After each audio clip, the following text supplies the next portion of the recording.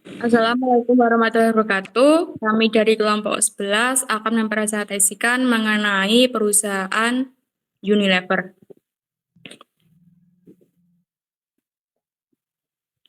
Anggota kelompok kami yang pertama itu saya Karina Wibi Prabowo dengan NIM B100-200-224. Saya Anggres Aida Mayanti dengan NIM B100-200-233. Saya Dwi Putri Kinasi dengan NIM B100-200-238. Di sini yang pertama itu berkaitan dengan deskripsi perusahaan Unilever. Unilever adalah perusahaan global yang bergerak di berbagai bidang termasuk makanan, minuman, personal care, dan rumah tangga. Mereka telah beroperasi selama lebih dari 90 tahun dan menjadi salah satu pemain terkemuka di industri tersebut. Kemudian di sini ada 3. Yang pertama itu dilihat dari perspektif global. Unilever memiliki kehadiran lebih dari 10 negara di seluruh dunia. Kemudian mengenai penghargaan dan prestasi, perusahaan ini telah menerima banyak penghargaan atas inovasi dan keberlanjutan. Yang ketiga, mengenai portofolio produk, Unilever memiliki berbagai merek terkenal seperti Dove, Knorr, dan Magnum. Kemudian ada visi misi dari perusahaan Unilever. Yang pertama itu berkaitan dengan visi, menjadi pilihan utama bagi pelanggan, konsumen, dan komunitas. Kemudian misinya itu ada 5. Yang pertama itu meningkatkan kualitas hidup, mengurangi dampak lingkungan, mendorong pemulihan ekonomi, mengedepankan standar bisnis tinggi, dan inovasi keberlanjutan. Kemudian di sini ada analisis eksternal makro perusahaan Unilever. Yang pertama itu pengaruh faktor politik dan regulasi terhadap perusahaan Unilever ada 3 jenis. Di sini yang pertama, ketidakpastian kebijakan. Kebijakan politik dan regulasi yang berubah di berbagai negara mempengaruhi operasi global Unilever dan strategi ekspansinya. Kemudian berkaitan dengan responsabilitas sosial, Unilever mendorong keberlanjutan lingkungan dan tanggung jawab sosial melalui program-program seperti pengurangan limbah dan inisiatif konservasi alam. Kemudian yang ketiga, mengenai ketegangan dagang. Ketegangan dalam hubungan dagang antar negara dapat berdampak pada rantai pasokan Unilever dan kegiatan ekspor-impor. Kemudian yang kedua berkaitan dengan pengaruh faktor ekonomi terhadap perusahaan Unilever. Perubahan ekonomi dapat mempengaruhi daya beli konsumen, harga bahan baku, dan margin keuntungan Unilever. Perusahaan ini harus merespon dengan cepat untuk mempertahankan keunggulan kompetitifnya. Kemudian yang ketiga berkaitan dengan faktor sosial terhadap perusahaan Unilever, ada 3. Yang pertama, mengenai pertumbuhan permintaan produk berkelanjutan, kesadaran konsumen akan dampak lingkungan dan kesehatan mempengaruhi permintaan produk ramah lingkungan dan sehat yang ditawarkan oleh Unilever. Kedua, berkaitan dengan keragaman dan inklusi, Unilever aktif dalam memperkuat keragaman dan inklusi melalui kebijakan diversitas karyawan dan termasuk yang mendukung nilai-nilai perusahaan.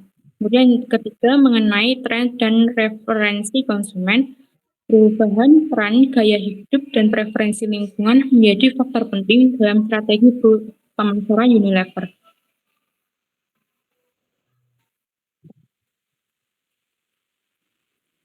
Yang selanjutnya ada eksternal mikro perusahaan Unilever. Yang pertama ada persaingan industri. Ada retailer terkemuka. Unilever bersaing dengan retailer terkemuka dalam memperebutkan pangsa pasar produk konsumen. Lalu pesaing utama dari perusahaan Unilever ini merupakan seperti Protector, John Gamble, Nestle, dan Colgate-Palmolive.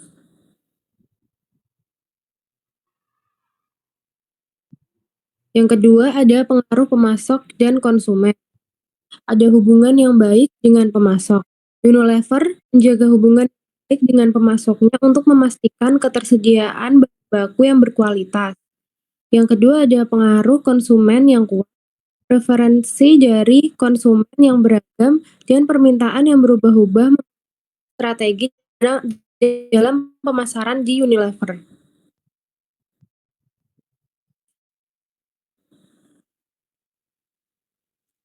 Yang selanjutnya ada struktur organisasi. Struktur organisasi dari Unilever ini ada kantor pusat yang terletak di Rotterdam, Belanda. Yang kedua ada dewan direksi yang terdiri dari 9 orang ditunjuk oleh dewan pengawas untuk bertanggung jawab atas pengambilan keputusan perusahaan. Yang ketiga ada rantai produksi. Unilever sendiri memiliki lebih dari 400 pabrik yang tersebar di seluruh dunia dengan lebih dari 155.000 karyawan.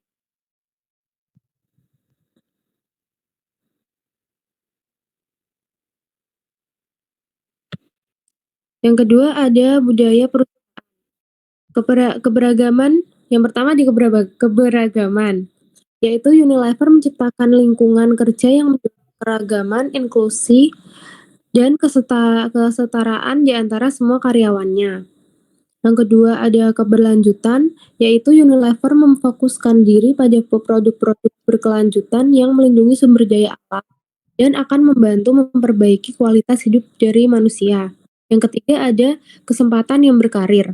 Unilever ini sendiri memberikan kesempatan bagi karyawan untuk mengembangkan karir secara internasional melalui program-program pelatihan dan pengembangan keterampilan.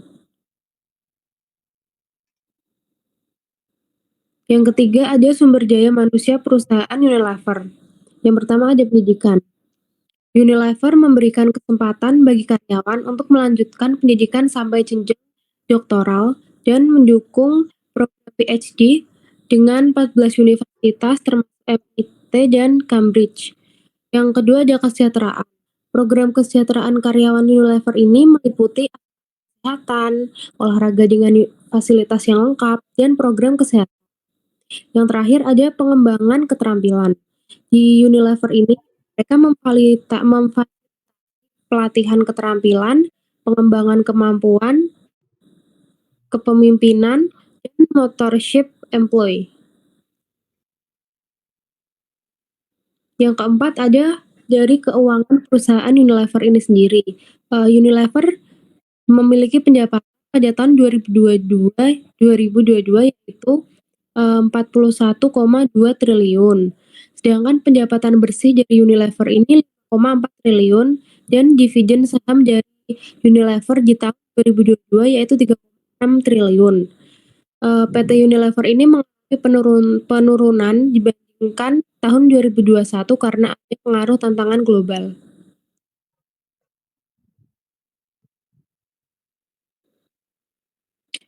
Berikut ini adalah analisis SWOT perusahaan Unilever. Bisa dilihat sendiri.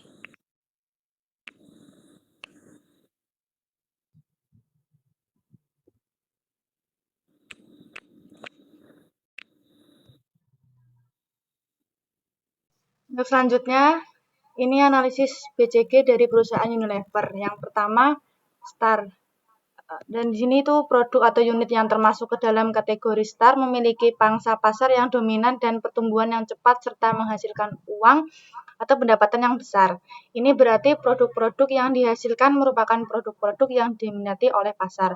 Contoh produknya Pepsodent, Rinso, Molto, Lifebuoy, Sunlight, Rexona, Clear, Pond's, Dove, dan Citra. Dan yang kedua cash cow. Di sini produk atau unit bisnis pada kategori ini memiliki pangsa pasar yang tinggi, namun prospek pertumbuhan ke depan akan sangat terbatas. Divisi food and ice cream mendominasi kategori cash cow karena tingkat penjualannya lebih rendah, namun memiliki pangsa pasar yang relatif tinggi. Contoh produknya yaitu kecap Bango, es krim Magnum, Blue Band, Jawara, Sariwangi, Royco. Dan yang ketiga, question mark-nya, produk Fair and Lovely dan Vaseline berada di posisi question mark karena posisi ini perusahaan memiliki market share yang kecil tapi masih berada dalam kondisi di mana pasar mengalami pertumbuhan yang cukup besar sehingga masih adanya potensi yang belum dimanfaatkan oleh perusahaan, dalam artian perusahaan masih bisa berpotensi untuk bisa pindah ke posisi star atau DAX. Dan yang keempat, DAX-nya ini produk soft dan Chief adalah produk buntu yang waktunya telah habis dan kemungkinan besar tidak menawarkan keuntungan di masa depan. Yang selanjutnya, alternatif dari strategi perusahaan Unilever. Salah satu alternatif strategi yang dapat dipilih oleh perusahaan Unilever adalah diversifikasi produk. Strategi